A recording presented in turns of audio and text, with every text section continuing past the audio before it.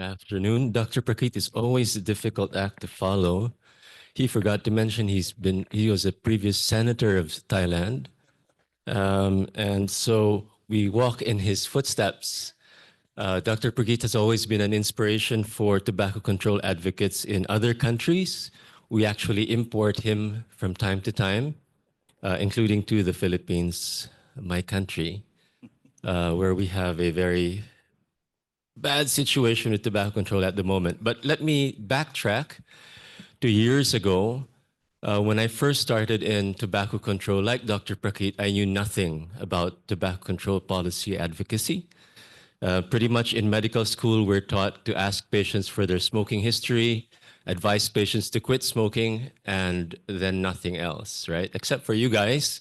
You see these patients, you operate on them and all of that.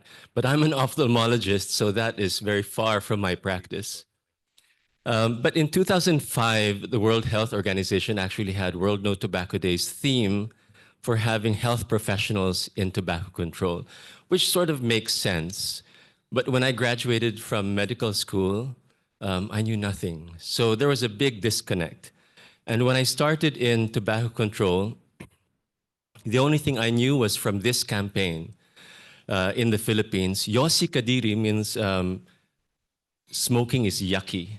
Okay, so Yossi is a Chinese word for cigarettes, and Kadiri means yucky. Okay? And on the left, you'll see our former health minister, Secretary Flavier, and this is him giving a karate chop to Yossi Kadiri, the mascot.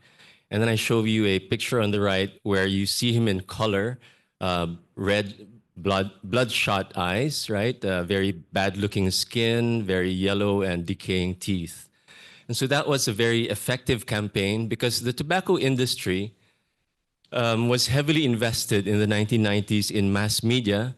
This campaign ran on TV for 2 weeks, and all the advertisers, all the media companies were told by their largest advertiser, which was the tobacco and alcohol industry, you better pull this from your media or we're going to stop all our other advertising, which was banking, alcohol, water, airlines, Philippine Airlines, by the way, all of that. So they actually pulled it out of the media after 2 weeks. So that just shows how effective it was at that time. So that was my background for tobacco control. I knew nothing really. And fast forward to 2012, this is a photograph from when the president, then at that time, President Aquino, signed the sin tax reform bill into law. Okay, so we had very low excise taxes on cigarettes at that time, and it took 16 years to get this reform into place. So we were very happy. And you'll see in the photograph, there are health professionals like us in white coats because the health professionals played a huge role in this reform.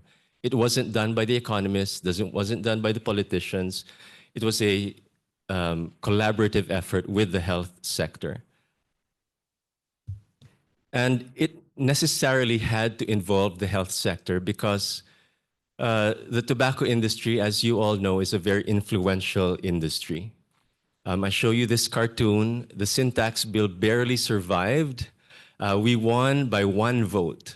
Okay? So it was like, in the Senate, we have 24 senators. It was 1 vote that won it for us. Okay? So we were very happy.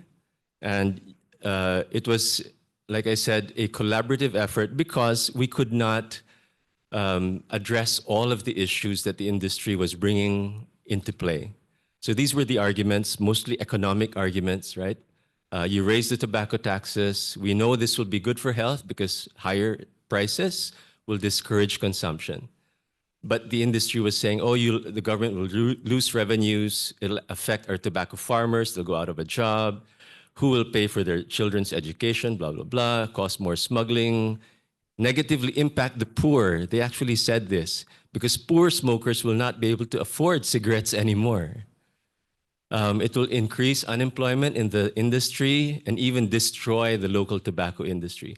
And none of this actually happened after the law was passed. Okay? And we had to fight back because these minions, as I refer to them, these are tobacco factory workers, cigarette factory workers, tobacco farmers. They're not a huge lot, okay? In the Philippines, we have about 50,000 tobacco farmers, and then in the manufacturing sector, maybe 10,000 people. So it's a in a country with 100 million people, that's not a lot. But you can see how the tobacco industry uses these as human shields for their profits. And all we could really do, the industry also is very influential in the media. I'm showing you here 4 columnists who pretty much cut and pasted a press release from the industry. So they said the same thing over and over again, okay? Meaning there's not really a lot of independent thought going into these op-eds. So we were questioning how much the industry actually paid these so-called journalists. And our stories were not coming out in the media. Out of 10 stories, yeah, 1 would be positive for health, and the 9 would be saying, oh, it's such a bad thing if the taxes were increased. Okay. But our message had to be on point, which was health. Okay, so we focused on the health aspect, which is what health professionals are good at. And our message was, this is anti-cancer. If you're against the sin tax, then you are promoting cancer. Okay? And of course, politicians are sensitive to this.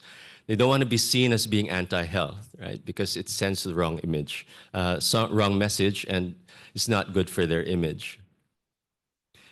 Our message to support the anti-cancer tax was to show that there are lots of people smoking in the Philippines. This is how much was being consumed, 1,000 sticks per year per individual. And it was very cheap to smoke. So we were connecting the low cost of cigarettes to the huge numbers of people smoking and then to the healthcare costs.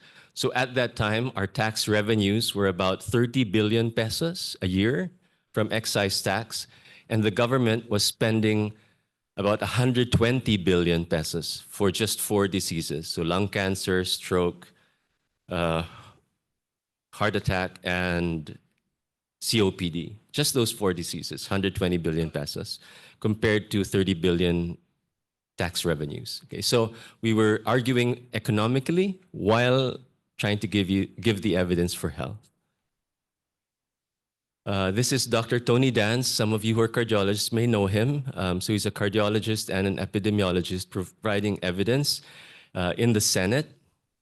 And so I'm trying to show you that outside of the clinic, we can be also very effective. Like Dr. Prakit, we speak to policymakers because we realize that we can save patients one at a time, but with good policy, we can save thousands or even hundreds of thousands of people at a time.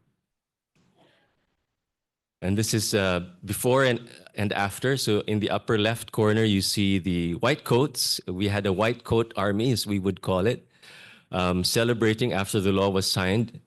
And then on the lower right is during the campaign, thumbing down the industry, pro-industry version of the bill that was created in the deliberations in the Senate. In the photo on the lower right, there's a pulmonologist, Dr. Maricar Limpin, a cardiologist, Dr. Tony Lechon, and then on the right, on their left, on our right, is actually a patient with laryngeal cancer. And he also spoke, despite lacking a voice, he spoke the loudest for this tobacco tax reform. And I show you this because as health professionals, we also have the capacity to convene and provide a platform for our patients to speak and not just us speaking, right? I think now that we talk about non-communicable diseases, having patients speak for themselves is a very, very important factor in our success for not just tobacco control, but NCD advocacy. And we also convened the youth, knowing that the youth are targets for the tobacco industry. The youth message was also very strong to influence the policy when it was presented in Congress. As health professionals, we continue to have a role in the policy development. So these are the graphic health warnings on cigarette packs in the Philippines. It took us also about 7 or 8 years to get this policy passed. I know in the US it's taken much longer, especially going through the courts. But this for us was very, very impactful because people could then visualize the effect on health, right? We don't just tell them, oh, smoking is dangerous to your health. That was how our health warnings sounded when we had TV and radio advertisements. There would always be a smoking is dangerous to your health. And it sounded so nice, people never thought it was really dangerous to your health. But you see these photographs and you know it's dangerous to your health. Very impactful because, for example, the upper middle photograph, cancer in the neck, this person actually went to Congress with his mask and said, you know, I don't want people to smoke and end up like me. Please pass this legislation. It was very, very powerful. Okay. Of course, it's not the best because this warning only covers 50% of the pack, which is down below on the right side. You see this is a Philippine pack. The world's largest at that time were from Timor-Leste, 85% on the front, 100% on the back. Nepal now has legislated the world's largest health warnings, 100% front and back. Okay, so we have a long way to go. I'm just showing you that success means we don't stop. We have to keep going because the industry is still out there. And the latest, of course, is with e-cigarettes and heated tobacco products. You see this huge campaign in the Philippines. We had 60 medical health professionals and civil society groups signing up on a petition to junk what we call the vape bill, and it didn't happen. The industry's voice was still louder. They whispered in the ears of our politicians, and the politicians listened, okay, to the industry, unfortunately. So this vape bill is now law in the Philippines. It's a very weak law, and we have now seen a resurgence of smoking among young people in the Philippines. Very sad, but that's the current situation. So we were in the news all the time trying to get the previous president to veto this bill. It never happened. We had press conferences. We revived the White Army, the White Coat Army. And the result was we had a very bad law get passed. And just last year, our first E-Valley death actually had a myocardial infarction and then had complications, and he passed away, 22 years old. Okay. So this was in the news, but it's not in the news enough. And this is the last slide I have because I hope to emphasize that as health professionals, even clinicians have a role to play. We tell the stories of our patients. And this was a patient, a 22-year-old, who had no smoking history, no cigarette smoking history, and vaped for 2 years and then died. So I'm just trying to emphasize that as health professionals, we can speak even for the dead. Kind of a grim way to end the presentation, but I know that all of you have patients with various stages of lung cancer or heart disease, and we can give them a voice. And I hope you will all agree with me that all of us have the power to do that. Thank you.